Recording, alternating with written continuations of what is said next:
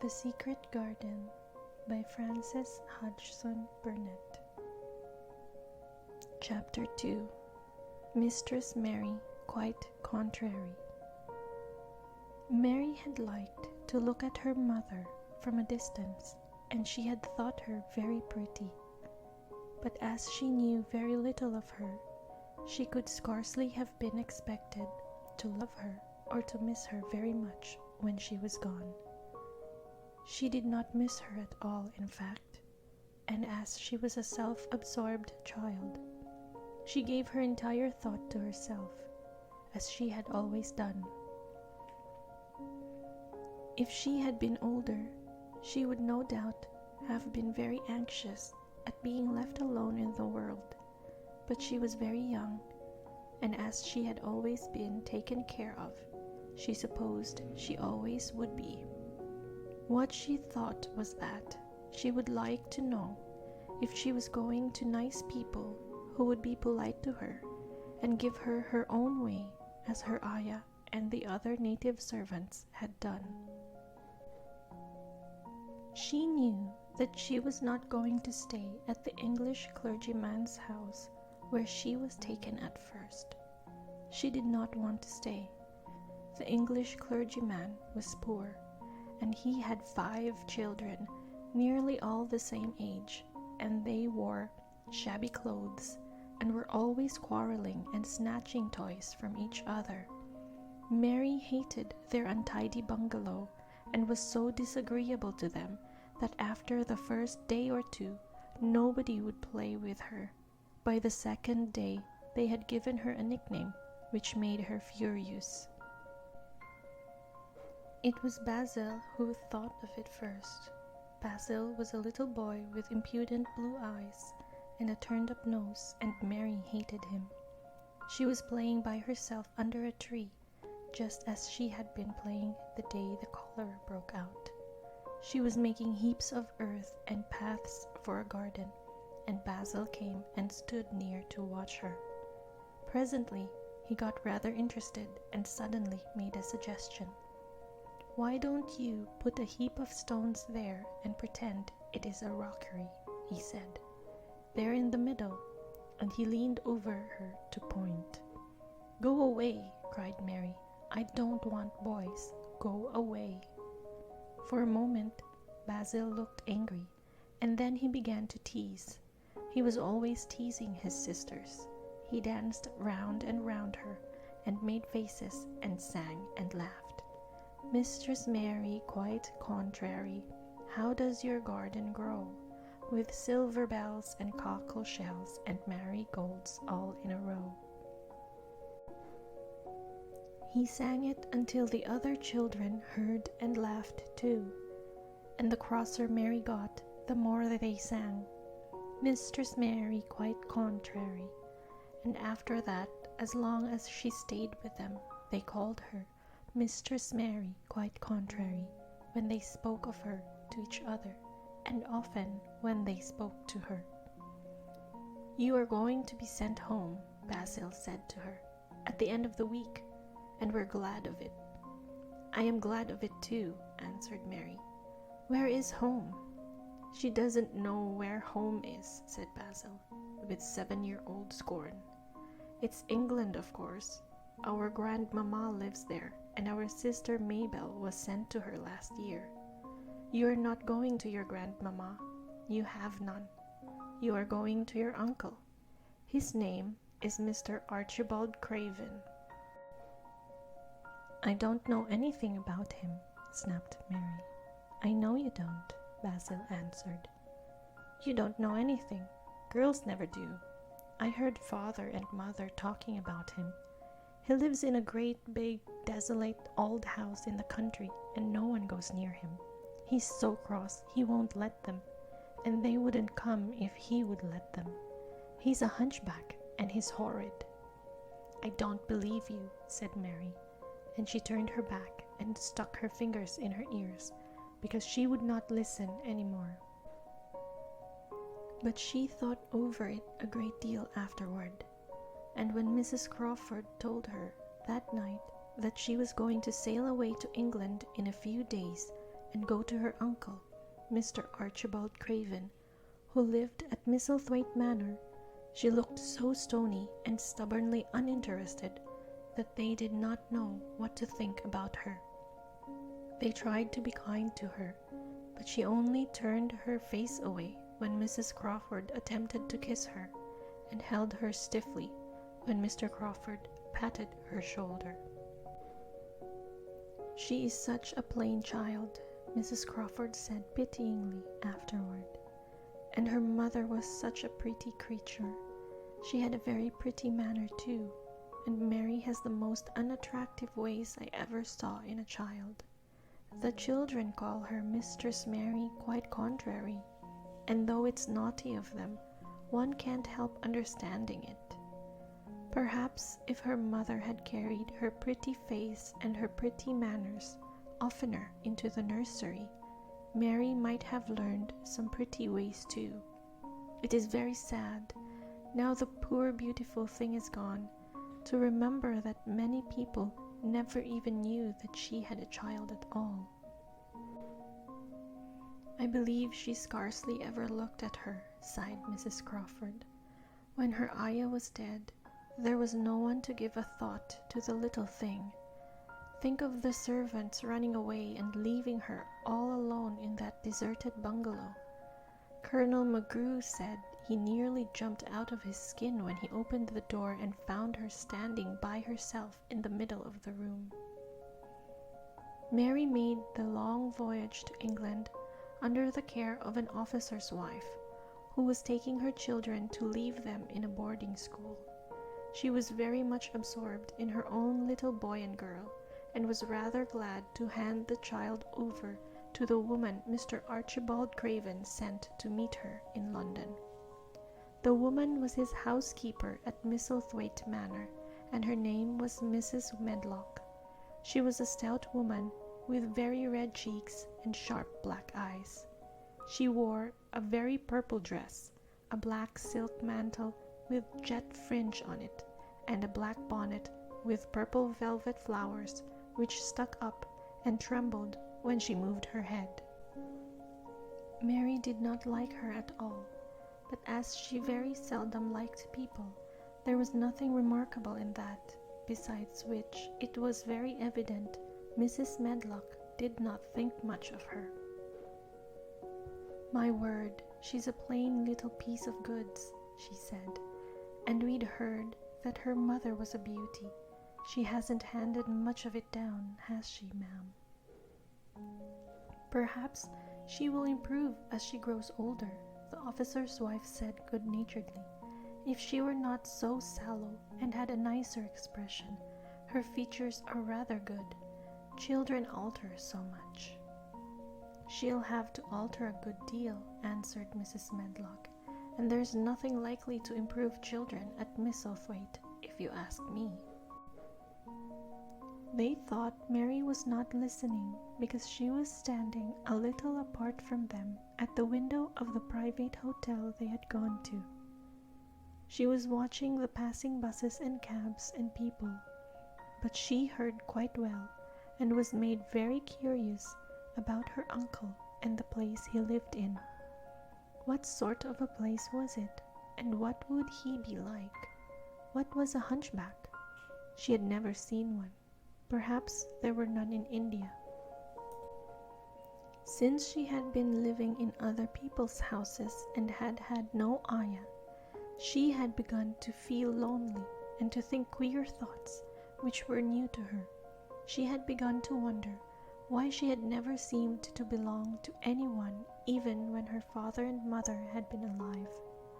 Other children seemed to belong to their fathers and mothers, but she had never seemed to really be anyone's little girl.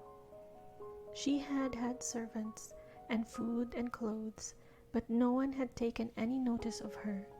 She did not know that this was because she was a disagreeable child, but then, of course, she did not know she was disagreeable. She often thought that other people were, but she did not know that she was so herself. She thought Mrs. Medlock the most disagreeable person she had ever seen, with her common, highly colored face and her common, fine bonnet. When the next day they set out on their journey to Yorkshire, she walked through the station to the railway carriage with her head up and trying to keep as far away from her as she could, because she did not want to seem to belong to her. It would have made her very angry to think people imagined she was her little girl. But Mrs. Medlock was not in the least disturbed by her and her thoughts. She was the kind of woman who would stand no nonsense from young ones. At least that is what she would have said if she had been asked. She had not wanted to go to London just when her sister Maria's daughter was going to be married, but she had a comfortable, well-paid place as housekeeper at Misselthwaite Manor, and the only way in which she could keep it was to do at once what Mr. Archibald Craven told her to do. She never dared even to ask a question. Captain Lennox and his wife died of the cholera, Mr. Craven had said in his short, cold way. Captain Lennox was my wife's brother, and I am their daughter's guardian. The child is to be brought here. You must go to London and bring her yourself. So she packed her small trunk and made the journey. Mary sat in her corner of the railway carriage and looked plain and fretful. She had nothing to read or to look at, and she had folded her thin little black gloved hands in her lap. Her black dress made her look yellower than ever, and her limp, light hair straggled from under her black crepe hat. A more marred-looking young one I never saw in my life, Mrs. Medlock thought. Marred is a Yorkshire word and means spoiled and pettish. She had never seen a child who sat so still without doing anything, and at last she got tired of watching her and began to talk in a brisk, hard voice. "I suppose I may as well tell you something about where you are going to," she said. "Do you know anything about your uncle?" "No," Mary said. "Never heard your father and mother talk about him?" "No," said Mary, frowning. She frowned because she remembered that her father and mother had never talked to her about anything in particular. Certainly, they had never told her things. "Humph," muttered Mrs. Medlock, staring at her queer, unresponsive little face. She did not say any more for a few moments, and then she began again. "I suppose you might as well be told something to prepare you. You are going to a queer place." Mary said nothing at all, and Mrs. Medlock looked rather discomfited by her apparent indifference, but after taking a breath, she went on. "Not but that it's a grand big place in a gloomy way, and Mr. Craven's proud of it in his way, and that's gloomy enough too. The house is 600 years old, and it's on the edge of the moor, and there's near 100 rooms in it, though most of them's shut up and locked. And there's pictures and fine old furniture and things that's been there for ages, and there's a big park round it, and gardens and trees with branches trailing to the ground, some of them." She paused and took another breath. "But there's nothing else," she ended suddenly. Mary had begun to listen in spite of herself. It all sounded so unlike India, and anything new rather attracted her. But she did not intend to look as if she were interested. That was one of her unhappy, disagreeable ways. So she sat still. "Well," said Mrs. Medlock, "what do you think of it?" "Nothing," she answered. "I know nothing about such places." That made Mrs. Medlock laugh a short sort of laugh. She said, "but you are like an old woman. Don't you care?" "It doesn't matter," said Mary, "whether I care or not." "You are right enough there," said Mrs. Medlock. "It doesn't. What you're to be kept at Misselthwaite Manor for, I don't know, unless because it's the easiest way. He's not going to trouble himself about you, that's sure and certain. He never troubles himself about no one." She stopped herself as if she had just remembered something in time. "He's got a crooked back," she said.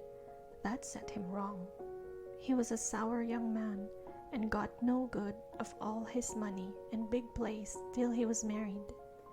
Mary's eyes turned toward her in spite of her intention not to seem to care. She had never thought of the hunchback's being married, and she was a trifle surprised. Mrs. Medlock saw this, and as she was a talkative woman, she continued with more interest. This was one way of passing some time at any rate. She was a sweet, pretty thing, and he'd have walked the world over to get her a blade of grass she wanted. Nobody thought she'd marry him, but she did, and people said she married him for his money, but she didn't. She didn't, positively. When she died, Mary gave a little involuntary jump. "Oh, did she die?" she exclaimed, quite without meaning to. She had just remembered a French fairy story she had once read called Riquet à Loup. It had been about a poor hunchback and a beautiful princess, and it had made her suddenly sorry for Mr. Archibald Craven. "Yes, she died," Mrs. Medlock answered, "and it made him queerer than ever. He cares about nobody. He won't see people. Most of the time he goes away, and when he is at Misselthwaite he shuts himself up in the west wing and won't let anyone but Pitcher see him. Pitcher's an old fellow, but he took care of him when he was a child, and he knows his ways." It sounded like something in a book, and it did not make Mary feel cheerful. A house with 100 rooms, nearly all shut up and with their doors locked, a house on the edge of the moor, whatsoever a moor was, sounded dreary. A man with a crooked back, who shut himself up also.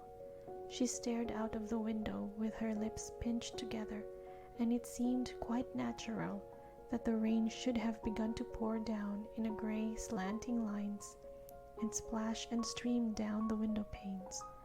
If the pretty wife had been alive, she might have made things cheerful by being something like her own mother, and by running in and out, going to parties, as she had done in frocks full of lace, but she was not there any more.